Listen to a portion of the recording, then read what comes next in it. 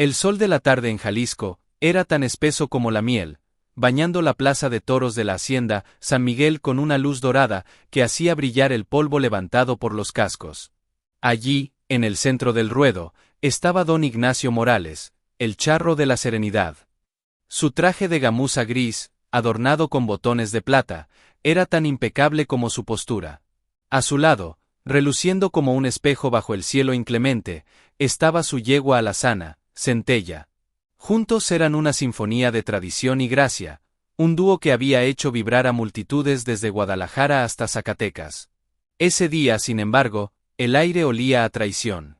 Don Rafael del Valle, el arrogante dueño de la hacienda y patrón del evento, observaba desde su palco con una sonrisa que no llegaba a sus ojos fríos. La competencia era por el premio mayor, un contrato vitalicio para representar a la hacienda en ferias nacionales. Ignacio y Centella ejecutaron una serie de suertes con una perfección que arrancó ovaciones. La cala, o doma de un potro joven, fue un ballet de paciencia y fuerza, el coleo, una muestra de valentía precisa, y las escaramuzas, a toda velocidad un torbellino de color y control. La multitud rugió su nombre. Pero cuando los jueces, todos hombres leales a don Rafael, anunciaron al ganador, un silencio incómodo cayó sobre la plaza. El vencedor fue el sobrino de don Rafael, un muchacho inexperto cuyo desempeño había sido mediocre. La injusticia era tan palpable como el calor. Ignacio, con el corazón apretado, se acercó al palco. Don Rafael, mi desempeño habla por sí solo, dijo, con la voz serena pero firme. Don Rafael se inclinó, con desdén. Los tiempos cambian, Morales. La gente quiere caras nuevas, no leyendas caducas. Tu espectáculo ya no vende. Y entonces, con una crueldad calculada, añadió en voz baja, pero lo suficientemente alta para que los charros cercanos oyeran. O tal vez simplemente ya no tienes el valor. Se te ve tembloroso. La humillación fue un látigo invisible que hizo retroceder a Ignacio. No era la derrota, era la mancha en su honor, la duda sembrada públicamente sobre su hombría. Esa noche, en la cantina El Desdén, los murmuros lo seguían. Dicen que le tembló la mano en la suerte de muerte, susurró uno. Don Rafael debe tener sus razones, dijo otro. Ignacio, abatido, empacó sus escasas pertenencias. Centella, en el establo, restregó su hocico contra su hombro, como si entendiera la profundidad de su dolor. Al partir al amanecer, una figura se acercó. Era el anciano abogado de la hacienda, don Tomás. Lo siento, Ignacio. Don Rafael te ha despojado de todo, incluso de tu cabaña en las tierras de la hacienda. Pero, hay algo. Le entregó un documento polvoriento. Es el testamento de tu tío abuelo, el hermano de tu abuelo. Murió hace meses. Te deja en herencia el Rincón del Silencio. Es un pedazo de tierra en las montañas, cerca del pueblo fantasma de la cantera. Dicen que es tierra maldita, Ignacio. No vale nada. Ignacio tomó el papel. Era la única cosa que le quedaba en el mundo. Un rancho arruinado y una leyenda de maldición. Montó en Centella y, con el corazón cargado de amargura, emprendió el camino hacia las montañas, alejándose de todo lo que había conocido y amado. Mientras la hacienda San Miguel desaparecía a sus espaldas, Centella giró la cabeza una última vez y relinchó, no con tristeza, sino con un sonido que parecía una advertencia. Ignacio cabalgó durante horas, el paisaje transformándose de fértiles llanuras a áridas laderas cubiertas de nopales y mezquites. El sol se volvió más débil, el aire más frío. Centella, normalmente dócil y segura, comenzó a mostrarse inquieta. Sus orejas se movían constantemente, captando sonidos que Ignacio no podía oír. Sus hollares se dilataban, olfateando el viento con una intensidad inusual. Tranquila, muchacha, murmuró Ignacio, acariciando su cuello. Es solo un nuevo comienzo. Pero él también sentía una opresión en el pecho. El Rincón del Silencio. El nombre no podía ser más ominoso.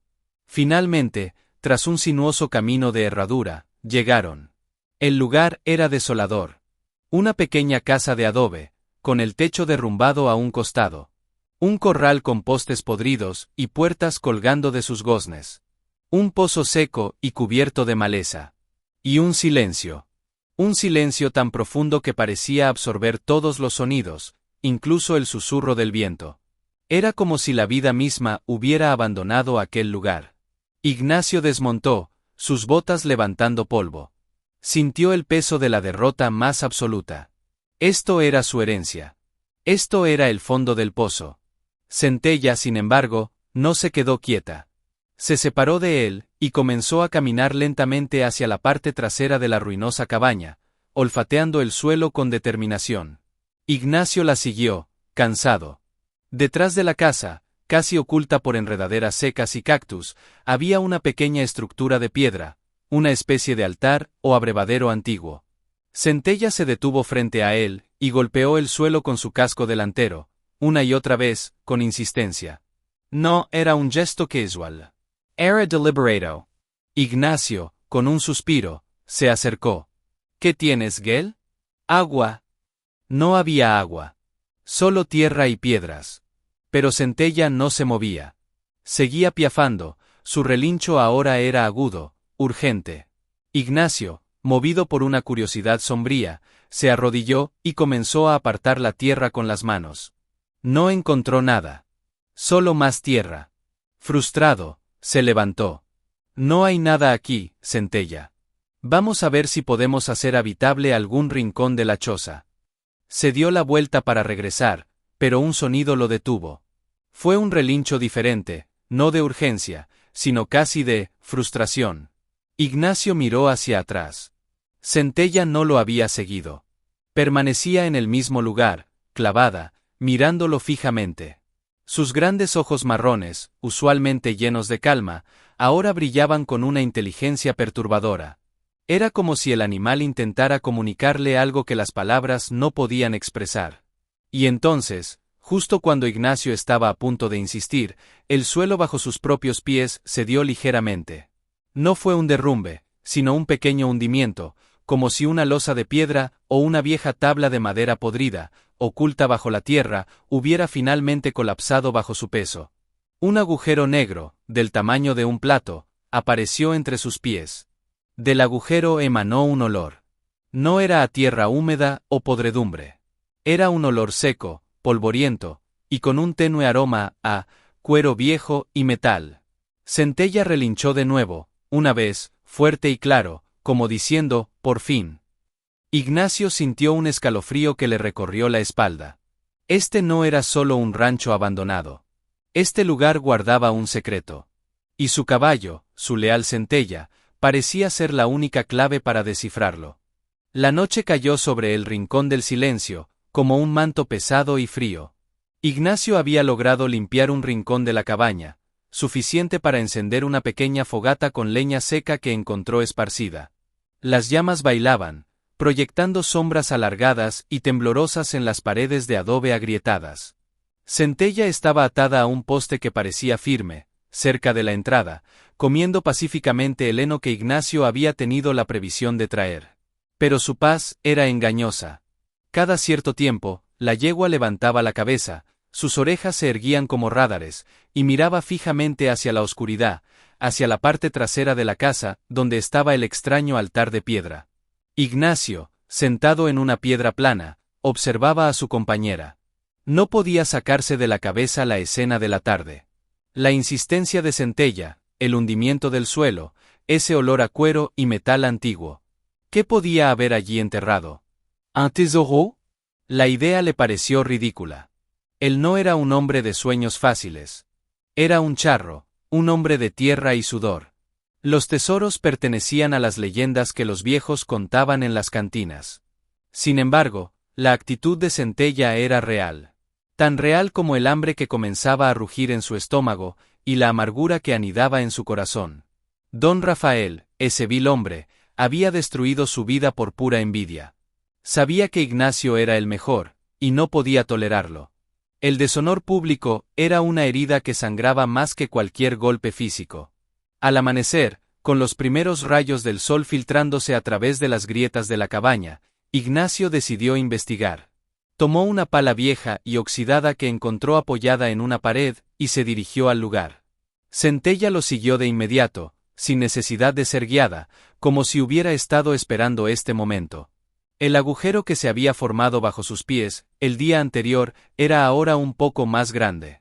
Ignacio comenzó a cavar con determinación.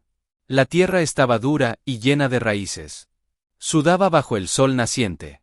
Después de media hora de trabajo intenso, la pala golpeó algo sólido.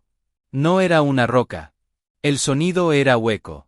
Se arrodilló y, con las manos, apartó la tierra. Era una losa de piedra plana, con un borde irregular. Con un esfuerzo titánico, logró introducir la punta de la pala en un borde y hacer palanca. La losa se movió, pesada, y luego cedió, revelando una oscuridad profunda. El olor a cuero viejo y metal se intensificó, mezclado con el aroma de la tierra húmeda y los siglos. Centella se acercó y metió su cabeza sobre el hueco, olfateando con avidez. Relinchó suavemente, una vibración profunda en su pecho. Ignacio, con el corazón latiendo con fuerza, bajó la mano a la oscuridad. Sus dedos tocaron algo áspero, fibroso. Era cuero. Agarró el objeto y lo sacó a la luz. Era una maleta o un baúl pequeño, forrado en cuero curtido, ahora agrietado y frágil por el tiempo. Las hebillas estaban oxidadas. Con manos temblorosas, Ignacio forzó la tapa. Se dio con un crujido seco. Dentro, no había oro ni joyas. Lo que había eran papeles. Documentos amarillentos por el tiempo, atados con una cinta de tela deshilachada. Y un objeto que hizo que a Ignacio se le helara la sangre. Una fusta de charro, finamente trabajada, con un mango de plata maciza. En la empuñadura, grabado con una destreza exquisita, había un emblema. Un águila, devorando una serpiente sobre un nopal. El mismo emblema que estaba grabado en los arneses de plata, que don Rafael del Valle usaba con tanto orgullo en la hacienda San Miguel. Pero este no era cualquier emblema. Al lado del águila, grabado con trazos más pequeños, había una palabra: Morales. Ignacio cayó de rodillas. El aire se le escapó de los pulmones. ¿Qué significaba esto? ¿Por qué un objeto con el emblema de los del Valle llevaba el nombre de su familia? Con dedos que ahora temblaban de emoción, no de cansancio, desató la cinta de los documentos. Eran papeles legales. Escrituras. Títulos de propiedad. Sus ojos, acostumbrados a leer los movimientos de un caballo, escanearon las palabras antiguas, llenas de florituras legales. Y entonces, lo vio. Claramente. Como un relámpago en una noche oscura. El documento era una escritura de propiedad que transfería, de don Sebastián Morales, su tatarabuelo, a la familia del Valle, la totalidad de las tierras de la hacienda San Miguel. La fecha era de hace más de 100 años. Pero había algo extraño. En una cláusula al final, casi escondida, se mencionaba un pago pendiente de honor. Una deuda que, de no ser saldada, invalidaba la venta y las tierras debían ser revertidas a los Morales. La deuda nunca fue saldada. Ignacio no podía creerlo. La hacienda San Miguel, el imperio de don Rafael, la fuente de todo su poder y arrogancia, en realidad pertenecía por derecho a los Morales. A él. La injusticia que había sufrido era solo la última de una larga cadena de traiciones. Don Rafael no solo lo había humillado. Le había robado su legado. Centella restregó su hocico contra la espalda de Ignacio, que estaba temblando. El caballo no lo había guiado hacia un tesoro de oro. Lo había guiado hacia la verdad. Y la verdad era un arma mucho más poderosa. Ignacio miró a Centella a los ojos. «Tenías razón, muchacha», susurró, su voz cargada de una mezcla de rabia y esperanza. «Esto no es el final. Esto es solo el comienzo». Pero entonces, una voz áspera y desconocida rompió el silencio desde la entrada del rancho. «Buenos días. Parece que has encontrado algo que no te pertenece, amigo». Ignacio se puso de pie de un salto, escondiendo instintivamente los documentos detrás de su espalda. Un hombre alto y delgado, con un sombrero que le ocultaba el rostro y una pistola al cinto, estaba apoyado en el marco de la puerta de la cabaña. No estaba solo. Detrás de él, otros 2 hombres de aspecto rudo miraban con desprecio el lugar. Centella lanzó un relincho de alerta, piafando nerviosamente. El peligro había llegado a el rincón del silencio. El hombre del sombrero dio un paso adelante. Se llamaba Silvano, y era el capataz de confianza de don Rafael. Su sonrisa era una delgada línea torcida, bajo un bigote gris. Don Rafael se enteró de que estabas escarbando en tierras que, técnicamente, aún son parte del dominio de la hacienda San Miguel, dijo, su voz un susurro venenoso. Es un hombre precavido. No le gustan los ratones cavando donde no deben. Ignacio sintió el peso de los documentos contra su espalda. Eran su única esperanza, pero también un billete directo a una tumba solitaria, si estos hombres se enteraban. Centella, sintiendo la tensión, tiró de su soga y resopló, mostrando los dientes. Este rancho es mío, declaró Ignacio, con una firmeza que no sentía. Me lo dejó mi familia. No tiene nada que ver con don Rafael. Silvano se rió, un sonido seco y desagradable. Tu familia. Sí. Una línea de perdedores. Don Rafael fue claro. Quiere que abandones esta tierra. Hoy. Tendremos que persuadirte. Sus ojos se posaron en la pala, y el hoyo recién cavado. ¿Qué buscabas, charro? El fantasma de tu abuelo. Ignacio no respondió. Su mente trabajaba a toda velocidad. No podía pelear contra 3 hombres armados. Su única ventaja era la sorpresa. Ellos no sabían lo que él había encontrado. No hay nada aquí para mí, dijo, bajando la guardia aparentemente. Solo tierra seca y recuerdos amargos. Mi air. Hizo un movimiento para recoger sus cosas, manteniendo los documentos ocultos bajo su camisa. Silvano lo observó con suspicacia. Sabia decisión. Pero antes, registremos la choza. Por si acaso te llevas algo que no es tuyo. Los otros 2 hombres entraron con rudeza en la cabaña. Ignacio contuvo la respiración. Si encontraban el baúl vacío. Los minutos que siguieron fueron una eternidad. Oyó cómo tiraban sus escasas pertenencias, cómo pateaban las paredes. Finalmente, salieron. Nada, jefe. Solo basura. Silvano asintió, pero su mirada no se apartaba de Ignacio. Está bien. Pero escúchame bien, Morales.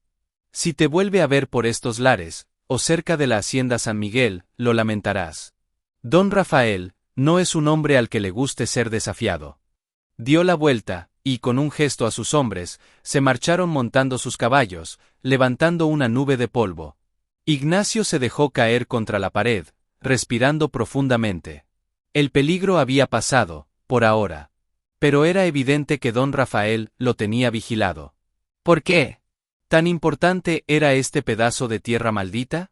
¿O era que de alguna manera, don Rafael sabía o sospechaba la verdad sobre la escritura? Esa noche, a la luz de la fogata, Ignacio estudió los documentos con más calma. Además de la escritura principal, había cartas.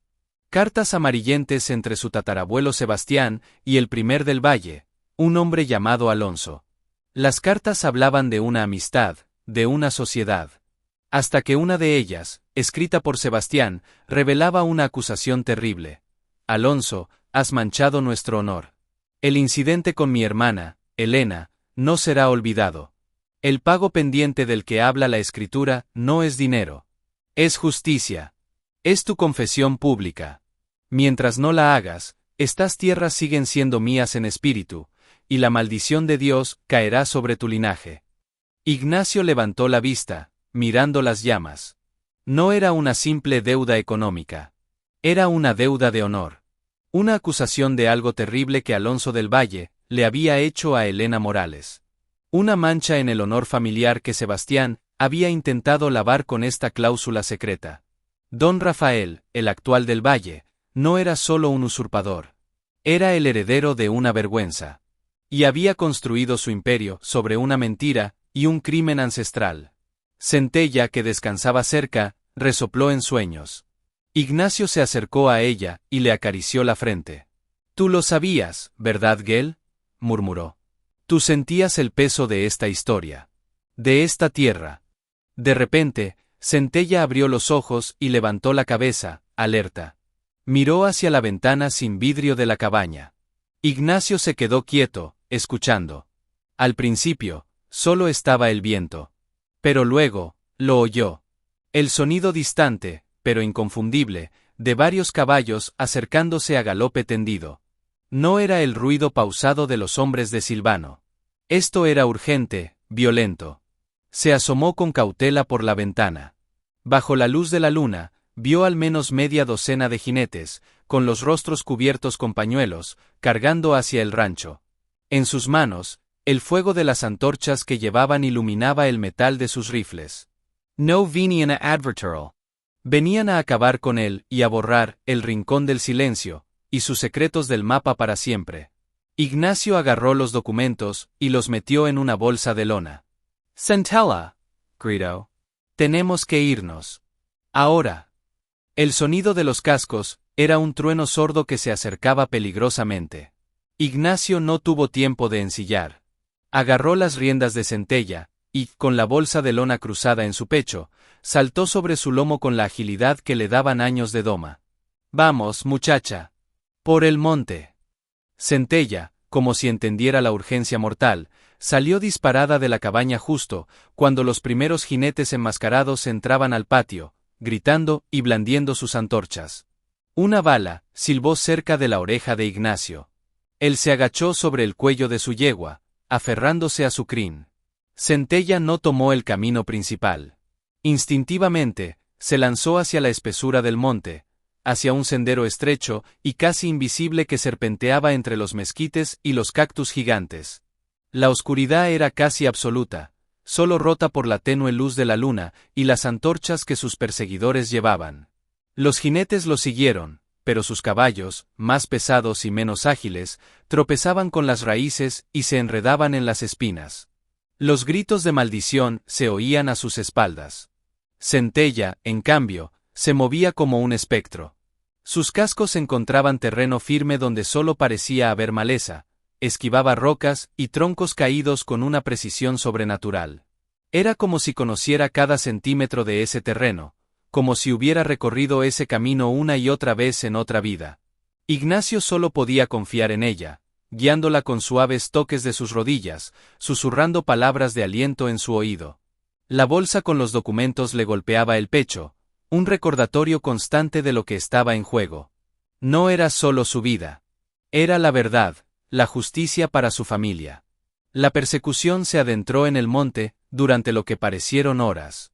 Los gritos de sus perseguidores se fueron apagando, distanciándose. Centella, sin disminuir la velocidad, comenzó a ascender por una empinada ladera cubierta de piedras sueltas. Ignacio sentía el poderoso esfuerzo de sus músculos bajo él. Finalmente, llegaron a un pequeño claro en lo alto de un risco. Desde allí, se podía ver, muy a lo lejos, las luces titilantes de un pueblo. Debajo de ellos, en el valle, las pequeñas antorchas de los hombres de don Rafael se movían de forma errática, perdidas. Habían logrado escapar. Ignacio desmontó, jadeante. Su cuerpo estaba magullado y lleno de rasguños por las ramas. Le tendió una mano a Centella, que respiraba con fuerza pero parecía inquebrantable. «Gracias, Gel», dijo, su voz ronca por la emoción y el esfuerzo. «Me has salvado la vida». Centella restregó su cabeza contra su hombro, y luego, de repente, se puso rígida. Sus orejas se orientaron hacia un grupo de rocas más adelante en el risco. Emitió un suave bufido. Ignacio, alerta, se agachó. ¿Había alguien más allí? Con cautela, se acercó a las rocas. No había nadie. Pero en el centro del pequeño refugio natural formado por las piedras, había evidencias de un campamento reciente. Cenizas de una fogata, una lata de frijoles vacía. Y algo más. Algo que hizo que la sangre se le helara en las venas. En el suelo, medio enterrado, había un objeto pequeño y metálico. Lo recogió. Era un botón. Un botón de plata, del mismo diseño intrincado que los de su antiguo traje de charro, el que había usado en la hacienda San Miguel. El mismo diseño que usaba don Rafael. Pero este botón no era nuevo. Estaba desgastado, y en su reverso, aunque sucio, se podía leer una inscripción grabada. I.M. Iniciales de Ignacio Morales. Era el botón que había perdido el día de la competencia, el día de su humillación. ¿Cómo había llegado hasta aquí? a este escondite remoto en el monte, semanas después. No tenía sentido. A menos que alguien lo hubiera traído aquí. Centella se acercó y olfateó el botón. Luego, levantó la cabeza y miró fijamente hacia la dirección opuesta al pueblo, más adentro de las montañas salvajes. Relinchó, una vez, un sonido que no era de alerta, sino de reconocimiento. Parecía estar diciendo que el viaje no había terminado. Que el secreto era aún más profundo. Que tenían que seguir adelante, hacia lo desconocido. Ignacio apretó el botón en su mano. Su humillación pública, la escritura escondida, la persecución, y ahora esto. Las piezas no encajaban. O tal vez sí, pero formaban una imagen mucho más aterradora de lo que él había imaginado. Asintió hacia su caballo. Está bien, Centella. Tú guías. Yo te sigo. Centella lo guió a través de senderos que solo un animal nativo, o un fantasma podría conocer. Bajaron por el otro lado del risco, adentrándose en un cañón profundo donde el aire era fresco, y el sonido de un arroyo cercano rompía el silencio. Después de una hora de caminata, llegaron a una cabaña. No era una ruina como el Rincón del Silencio. Esta estaba bien cuidada, casi camuflada entre los árboles.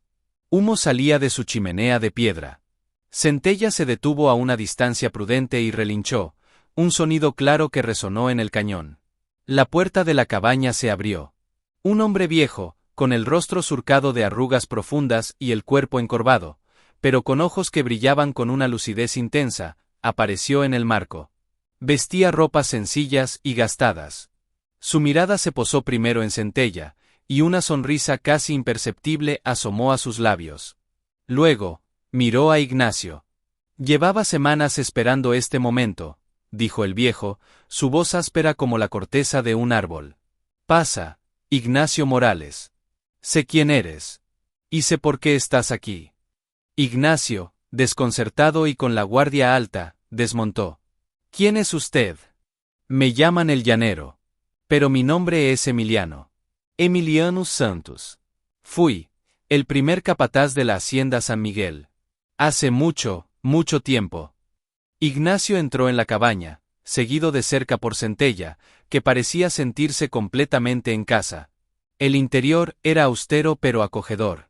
En una mesa de madera rústica, había un juego de cartas desgastadas y una botella de mezcal. Emiliano señaló una silla. Siento. Sé lo que te hicieron en la plaza. Fue una jugada sucia. Pero predecible. Don Rafael es igual que su abuelo, Alonso. Una víbora con sombrero de charro. Ignacio no podía creer lo que oía. ¿Usted sabe lo de la escritura? ¿Lo del pago pendiente? Emiliano asintió lentamente. Sé toda la historia. Porque yo estaba allí la noche que tu tatarabuelo, Sebastián, enterró ese baúl. Y estaba allí la noche que Alonso del Valle, el bisabuelo de don Rafael, mandó envenenar el pozo del Rincón del Silencio, para echar a tu familia, acusándolos de traer una peste que en realidad él mismo propagó. La revelación fue un golpe. Ignacio se dejó caer en la silla. ¿Envenenar el pozo? Sí. Para forzar la venta de las tierras a un precio miserable. Sebastián era un hombre de honor. No pudo probar nada. Pero era listo. Incluyó esa cláusula en la escritura, una trampa legal y moral.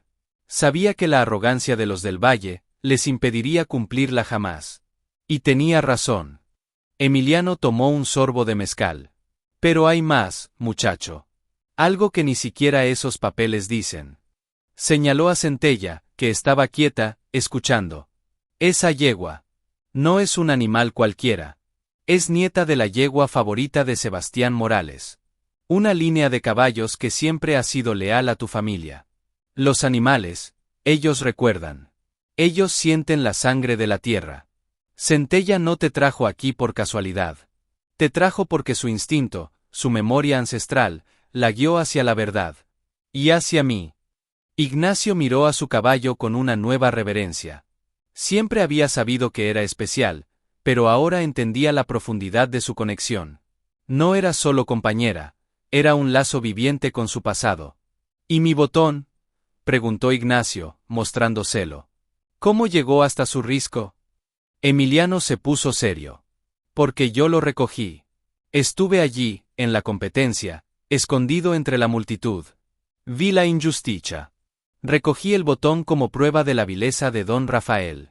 Y te seguí hasta el rincón del silencio, para vigilar tus movimientos. Para asegurarme de que eras digno de la verdad. Cuando vi a Centella guiarte hacia el baúl, supe que la sangre de Sebastián aún corría fuerte en tus venas. La historia se ensamblaba como un rompecabezas aterrador. Ignacio no estaba solo. Tenía un aliado en la sombra. Y tenía a Centella.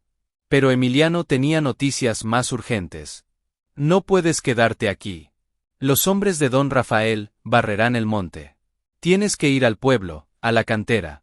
Es un pueblo fantasma, pero hay una persona allí que puede ayudarte.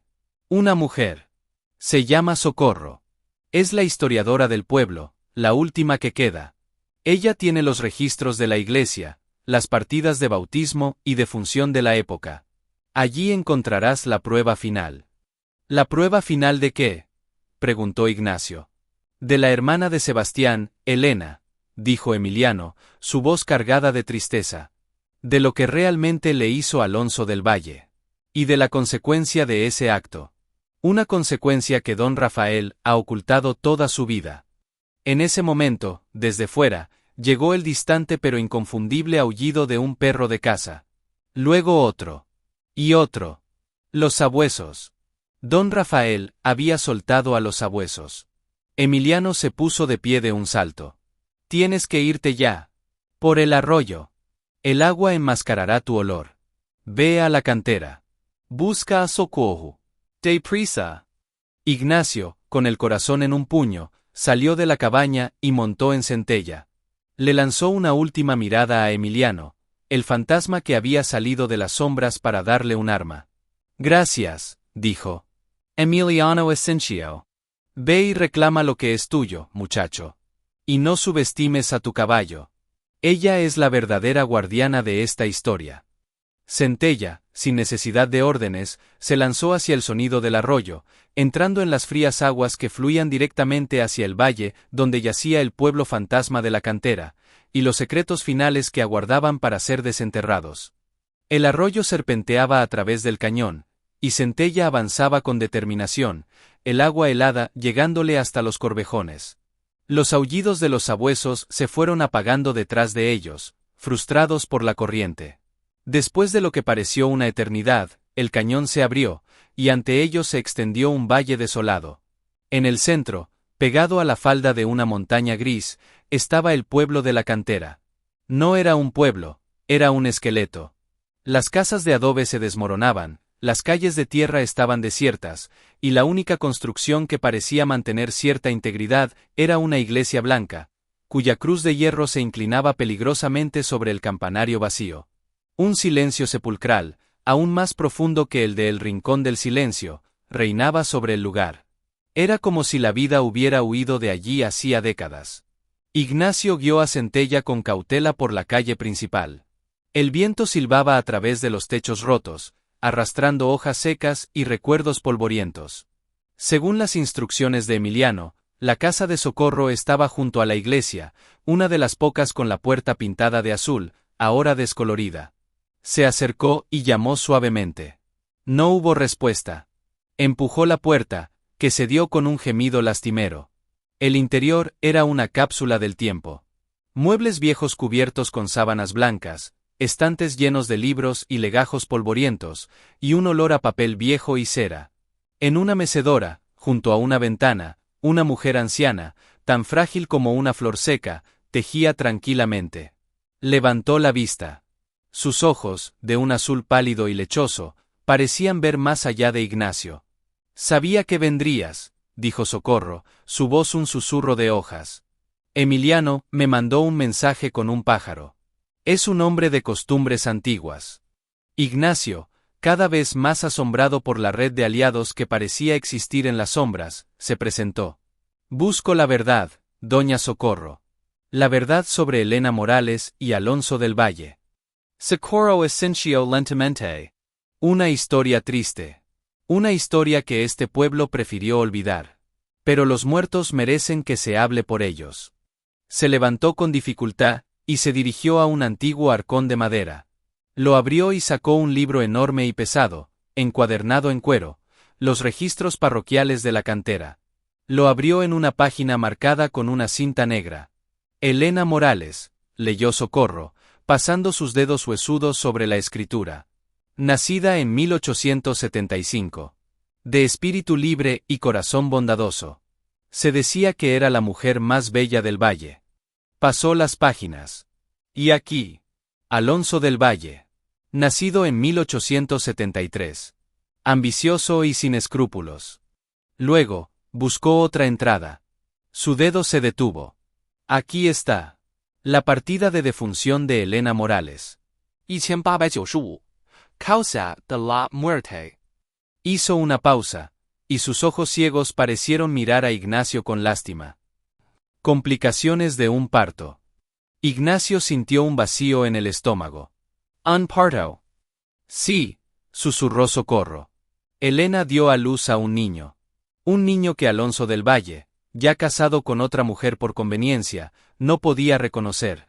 Fue un escándalo que su familia intentó ocultar a toda costa. Sebastián, tu tatarabuelo, desafió a Alonso a un duelo por el honor de su hermana.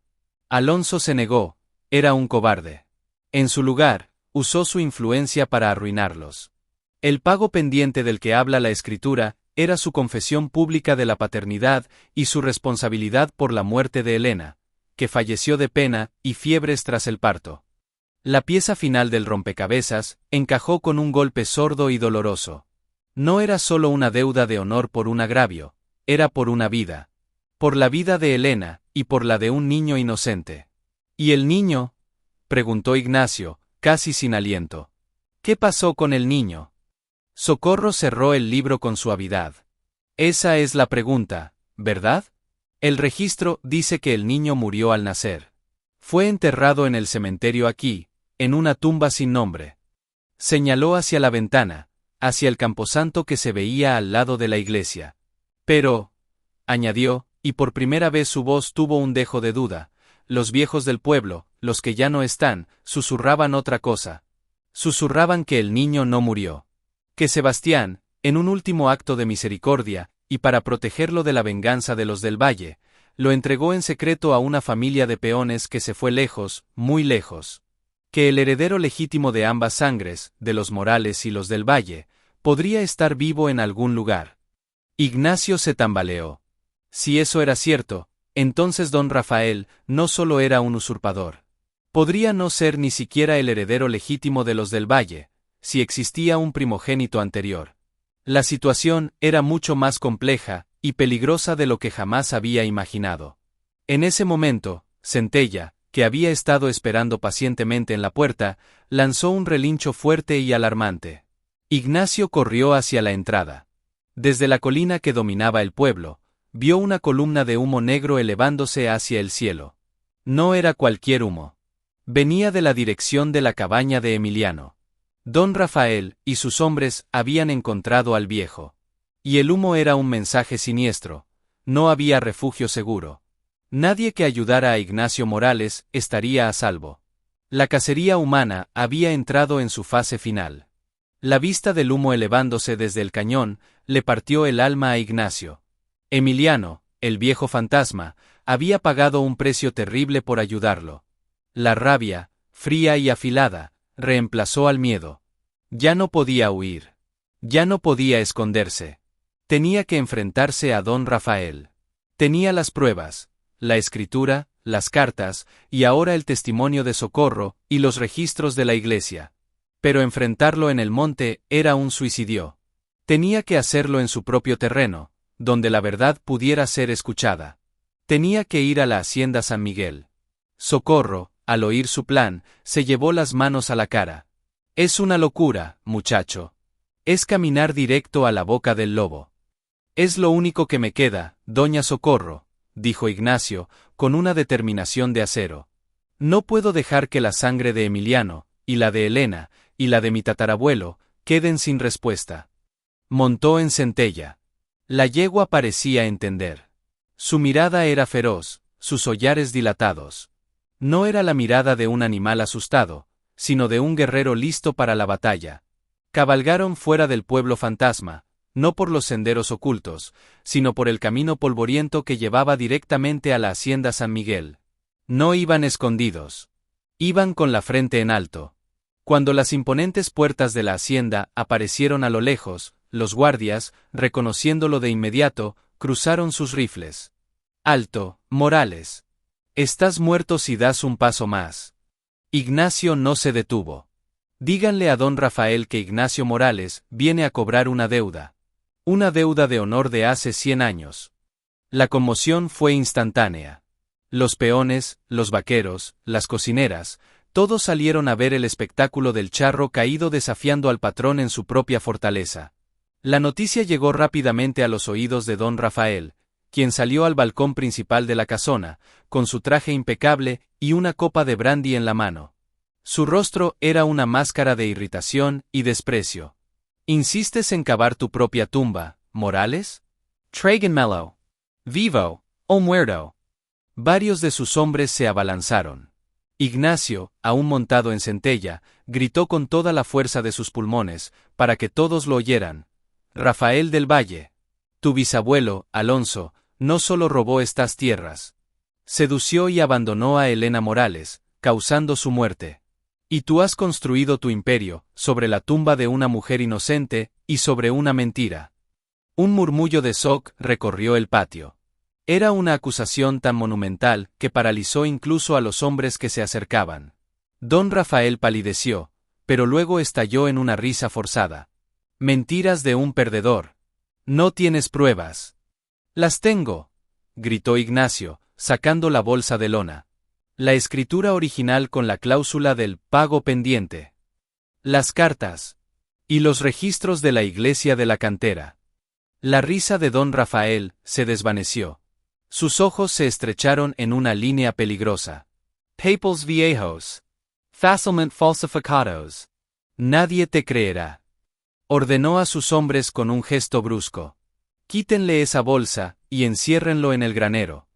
La turba se abalanzó. Ignacio luchó, pero eran demasiados. Lo derribaron de centella.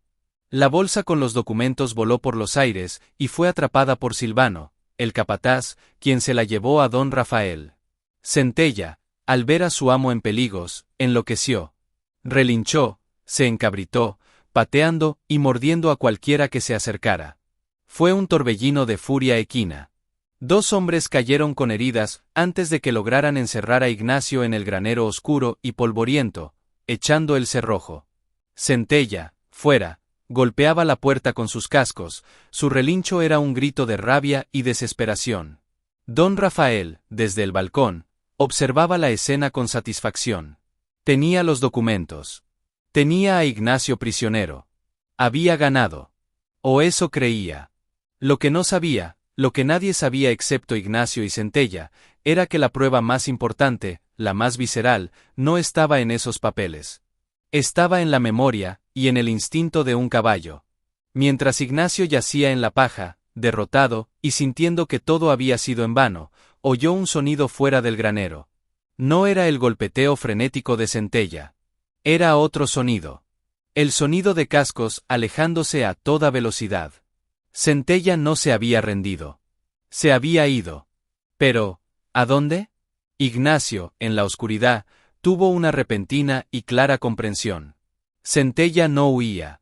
Iba a buscar la última pieza. La prueba viviente. Iba a cumplir con la misión por la que había sido guiada desde el principio.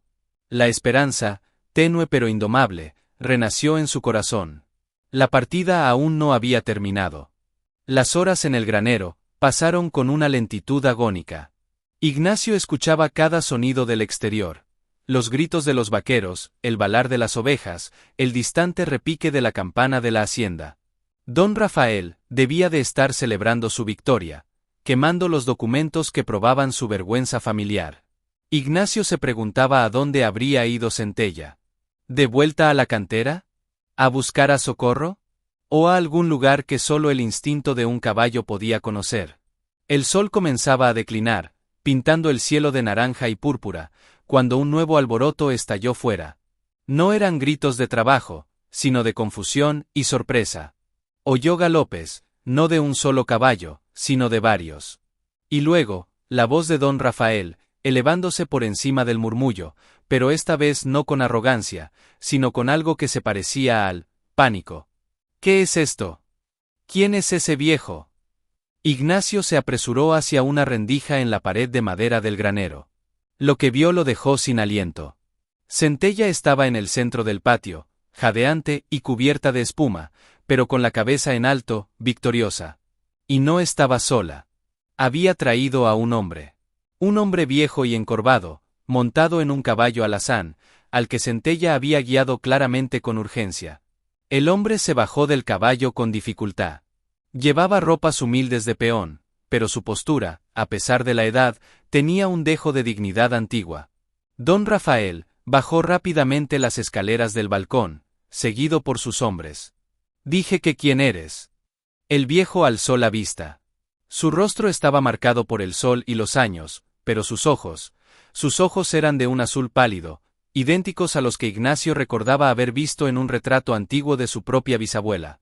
Mi nombre, dijo el viejo, con una voz temblorosa pero clara, es Benjamín. Benjamin Morales. Un silencio de incredulidad cayó sobre el patio. Morales. El nombre prohibido. Mentira, rugió don Rafael. Todos los Morales están muertos. No todos, dijo Benjamín. Su mirada se posó en Ignacio, que observaba desde la rendija. Soy el hijo de Elena Morales y Alonso del Valle. La revelación fue una bomba. Los murmullos estallaron en un clamor. Benjamin continuó, señalando a Centella. Esta yegua, su abuela me conoció. Me llevaba de niño a escondidas a visitar a mi tío Sebastián en el Rincón del Silencio, antes de que los del valle nos echaran. Cuando ella me encontró hoy, olfateando mi cabaña en un valle remoto, supe que era el momento. El momento de contar la verdad. Contó entonces la historia completa. Como Sebastián, para salvarlo de la ira de Alonso, que quería deshacerse de la prueba viviente de su pecado, lo había entregado a una familia leal de peones que juraron guardar el secreto. Como había crecido lejos, sabiendo su verdadero nombre pero viviendo en la sombra, temiendo el día en que la familia del Valle lo descubriera. Soy el heredero legítimo, declaró Benjamín, dirigiéndose a la multitud. Por sangre de mi madre, Elena Morales, dueña original de estas tierras. Y por sangre de mi padre, Alonso del Valle. Esta hacienda me pertenece por partida doble. Don Rafael estaba lívido. Temblando de rabia. No tienes pruebas. Es la palabra de un viejo loco contra la mía. Yo soy la prueba, gritó una voz desde la multitud. Era Socorro, la anciana de la cantera. Había llegado cabalgando lentamente, guiada por el ruido.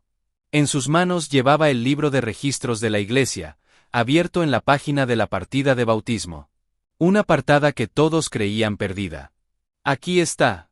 El bautismo de Benjamín, hijo de Elena Morales. Y como el sacerdote era un hombre justo, anotó en el margen, en latín, Pater ignotus, sed nominatus Alonso del Valle. Padre desconocido, pero nombrado Alonso del Valle. La prueba era irrefutable. La palabra de Dios y la ley, escrita en tinta hace más de 80 años. Los peones, los vaqueros, todos los que habían trabajado para don Rafael, comenzaron a murmurar, a señalar. La autoridad del patrón se desmoronaba ante sus ojos. La mentira sobre la que se había construido la hacienda se derrumbaba. Don Rafael, acorralado, viendo cómo su mundo se desintegraba, enloqueció. Con un grito de rabia, sacó una pistola que llevaba escondida. No apuntó a Benjamín, ni a Socorro. Apuntó a la fuente de todos sus problemas, a la conciencia viviente que había desenterrado su secreto. Apuntó a Ignacio, que seguía encerrado en el granero. Si no puedo tener esto, nadie lo tendrá, gritó. El disparo resonó en el patio.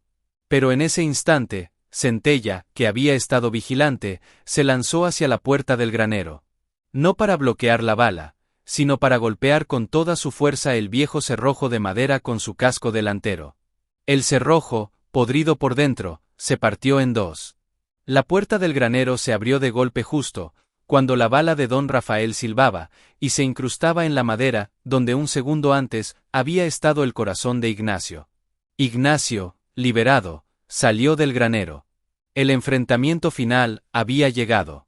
El patio de la hacienda San Miguel se convirtió en un círculo de duelo improvisado. Don Rafael, con la pistola humeante en la mano, estaba acorralado y peligroso. Ignacio, ahora libre, se enfrentó a él con las manos vacías, pero con una autoridad moral que llenaba el espacio.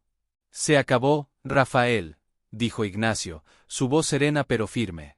La verdad está fuera. Suelta el arma. Nada se ha acabado, escupió don Rafael, su rostro desencajado por el odio. Esta tierra es mía.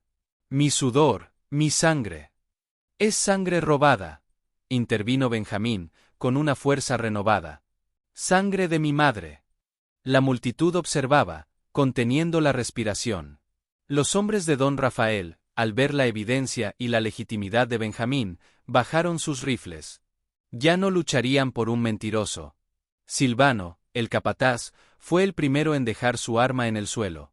Uno a uno, los demás lo imitaron. Don Rafael estaba solo. No necesito a estos traidores, rugió. Puedo acabar contigo yo solo, Morales. Siguió apuntando con la pistola a Ignacio. Pero Ignacio no retrocedió. En cambio, hizo algo que nadie esperaba. Se volvió hacia Centella, que estaba cerca, jadeante pero alerta. Centella, dijo, en un tono que era a la vez una orden y una súplica. Es hora.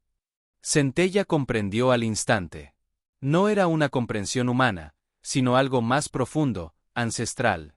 Se plantó firme frente a Ignacio, no como un escudo, sino como un símbolo. Un símbolo viviente de la lealtad, el honor y la verdad que los del Valle habían traicionado durante generaciones. Luego, Ignacio miró a don Rafael a los ojos. No voy a pelear contra ti, Rafael. No con armas. Tu arma es el miedo y la mentira.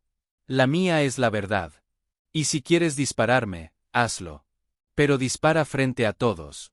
Dispara al hombre desarmado cuya única falta fue querer justicia para su familia.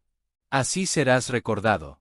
No como un poderoso hacendado, sino como el cobarde que asesinó a un hombre por decir la verdad.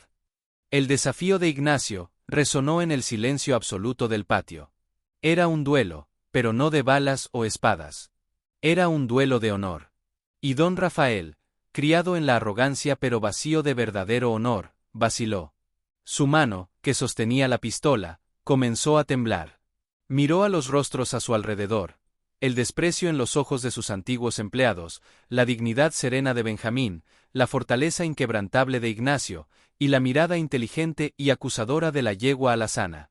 Era como si todos los fantasmas del pasado, todos los Morales y la propia Elena, lo estuvieran observando. El peso de su linaje, de sus crímenes, de su arrogancia, cayó sobre él de golpe.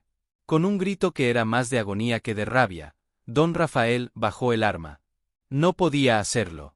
No podía sellar su legado con un acto de cobardía tan público. Su espíritu, finalmente, se quebró. Las lágrimas comenzaron a surcar su rostro. No eran lágrimas de arrepentimiento, sino de derrota absoluta. Está bien, murmuró, y la pistola cayó al polvo. Está bien, es suyo. Todo es suyo.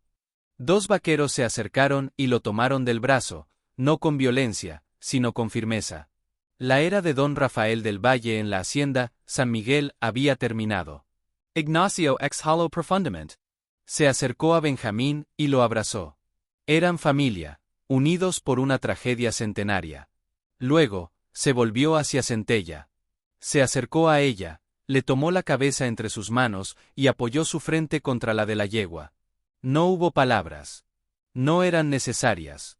En el silencio, se comunicaron todo el agradecimiento, el amor y la lealtad que los había unido a través de la prueba más difícil de sus vidas. Centella había sido más que un caballo. Había sido su guía, su protectora, su compañera y, al final, la clave que había destapado la verdad y traído justicia. La justicia había llegado, no con fuego y furia, sino a lomos de un caballo leal y con el peso imparable de la verdad. El amanecer sobre la hacienda San Miguel tuvo una cualidad diferente. No era solo la luz del nuevo día, sino la luz de un nuevo comienzo. Don Rafael del Valle fue entregado a las autoridades por fraude, usurpación de tierras y el intento de homicidio de Ignacio. No iría a la cárcel por mucho tiempo, pues su poder e influencia aún eran grandes, pero salió de la hacienda como un hombre roto, su nombre y su legado manchados para siempre. La hacienda, por derecho legal y moral, pasó a manos de Benjamín Morales. Pero Benjamín, un hombre sencillo que había vivido toda su vida en la humildad, no quería el peso de un imperio. En un acto de sabiduría y justicia poética, llamó a Ignacio a su lado. Tú, Ignacio, eres el charro. El que tiene la fuerza y el conocimiento para devolverle el honor a esta tierra. Yo solo soy un viejo que quiere paz. La hacienda es tuya, para que la dirijas con el honor de los Morales. Ignacio aceptó, no como un conquistador, sino como un custodio. Su primer acto como nuevo patrón no fue de venganza, sino de perdón. Reunió a todos los peones y vaqueros. Lo que pasó, pasó. El que quiera quedarse, tiene un trabajo. Pero se trabajará con honor, con justicia y con respeto. Esta tierra ha bebido suficiente sangre y lágrimas. Ahora beberá sudor honesto. Una ovación cerrada lo recibió. Eran sus hombres ahora. No por miedo, sino por respeto. Lo primero que hizo fue cabalgar con Benjamín y Centella hasta el rincón del silencio. No para olvidarlo, sino para honrarlo. Mandó reconstruir la cabaña, no como una ruina, sino como un santuario. Colocó una placa sencilla en el altar de piedra, en memoria de Elena Morales, cuya verdad nos liberó. Luego, fueron al cementerio de la cantera. Con la ayuda de Socorro, encontraron la tumba sin nombre donde se suponía que yacía Elena. Le dieron un nombre. Una lápida blanca y sencilla que decía, Elena Morales. Amada hermana y madre. Descansa en paz, tu honor está restaurado. Centella permaneció quieta junto a la tumba, como si estuviera rindiendo sus respetos a la mujer cuyo destino había guiado su propio camino. Los meses pasaron. La hacienda San Miguel floreció bajo el mando de Ignacio. Se convirtió en un modelo de equidad y prosperidad. Benjamín vivió sus últimos días en una pequeña casa cerca de la casona, rodeado de respeto y cariño, contando sus historias a los niños del lugar. Socorro se mudó a la hacienda. Su vasto conocimiento de la historia local se convirtió en un tesoro para la comunidad. E Ignacio y Centella se volvieron leyenda. No por su habilidad en el ruedo, sino por su viaje de redención. Ya no eran el excharro y su yegua. Eran el símbolo viviente de que la verdad, por enterrada que esté, siempre encuentra la manera de salir a la luz. Y que a veces, la lealtad más pura y el coraje más grande no vienen en forma humana, sino en la forma silenciosa y noble de un caballo que nunca te abandona. Una tarde, Ignacio y Centella cabalgaban por los linderos de la hacienda. Se detuvieron en una colina que dominaba el valle. Todo lo que veían era suyo, pero más importante, estaba en paz. Ignacio desmontó y se sentó en la hierba, y Centella se tumbó a su lado, apoyando su cabeza pesada en su regazo. El sol se ponía, pintando el cielo de colores ardientes. Gracias, Gel, susurró Ignacio, acariciando su cuello. Por todo. Centella cerró los ojos, un suspiro de profunda satisfacción escapando de sus hollares. No había necesidad de más palabras. El silencio entre ellos era perfecto. Era el silencio de la justicia hecha, del honor restaurado, y de una amistad que había vencido a la oscuridad. Y en ese silencio, resonaba para siempre el eco de 4 cascos que habían cambiado el curso de la historia.